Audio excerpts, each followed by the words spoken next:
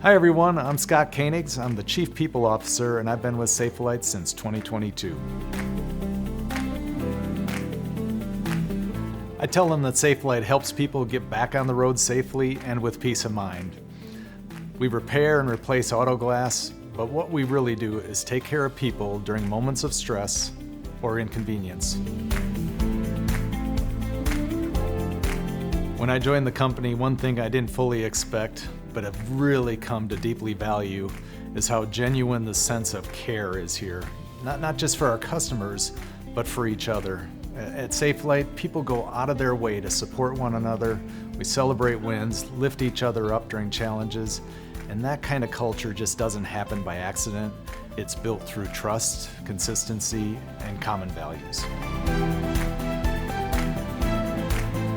Before I joined Safelite, I thought of it primarily as a windshield repair company, very operational, very transactional.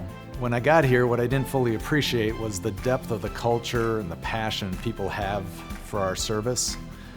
I quickly learned that this is a purpose-driven organization where people genuinely care about doing the right thing, not only for our customers, but for each other. I'd tell them if you're looking for more than just a job, if you want to be part of a team that cares, a company that invests in your growth, a culture that values who you are, then I think Safelite is the place for you. I would check it out. You won't be disappointed.